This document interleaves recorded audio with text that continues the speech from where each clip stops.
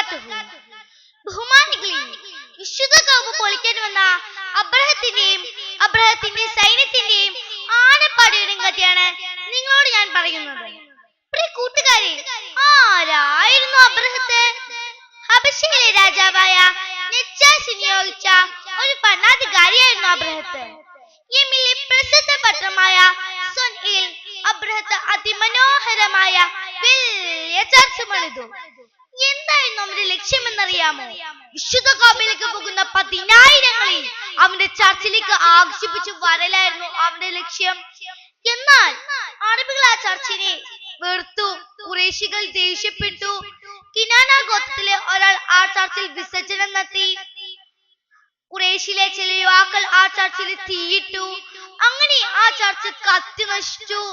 അപ്പോൾ വിശുദ്ധ കഅബ പൊളിക്കുമെന്ന് അബ്രഹത്ത് സത്യം ചെയ്തു. ആനകൾ അടങ്ങുന്ന ഒരു വലിയ സൈന്യമായി അവർ പുറപ്പെട്ടു. പിന്നെ എന്താണ് സംഭവിച്ചത്? അവർ മക്കയെടുത്തു. അവിടെ കണ്ട മൃഗങ്ങളെയെല്ലാം കൊന്നുകളയാനും മതിലുകളെല്ലാം കവർച്ച ചെയ്യാനും നേതാവ് ഉത്തരവിട്ടു. അനുയായികൾ അനുസരിച്ചു. അപ്പോൾ അബ്ദുൽ മുത്തലിബും തന്റെ ഖുറൈശി സമുദായവും ആനകളെയും സൈന്യത്തെയും പിടിച്ച് മലമുകളിലും മലയിടുക്കിലും ഒളിക്കാൻ കൽപ്പിച്ചു. ശത്രു സൈന്യം കഅബയിലേക്ക് അടുത്തു. ഏറ്റവും മുന്നിൽ ആനകളാണ്. ആനകൾ മുന്നോട്ട് പോകാൻ കൂട്ടാക്കുന്നില്ല. പാപ്പമാർ എത്ര ശ്രമിച്ചിട്ടും ആനകൾ പിന്നോട്ടാണ് പോകുന്നത്. എന്ത് അത്ഭുതമല്ലേ കൂട്ടുകാരെ! പിന്നെ എന്താണ് സംഭവിച്ചത്? അപ്പോൾ ആക്രമണങ്ങൾക്ക് നേരെ അല്ലാഹു കരിമ്പക്ഷികളെ അയച്ചു. അബാബിൽ പക്ഷി നിങ്ങൾ കേട്ടിട്ടില്ലേ?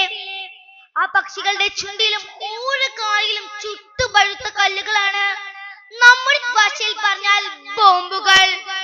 കല്ലുകൾ ഓരോരുത്തരും തലയിൽ പക്ഷികൾ വർഷിച്ചു. തലയിൽ വീണ കല്ല് ഗുഹ്യഭാഗത്ത് കുറെ പുറത്തു വന്നു.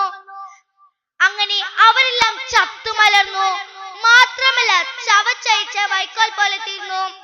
ഈ കഥയിൽ ഒരു ഗുണപാഠമുണ്ട്.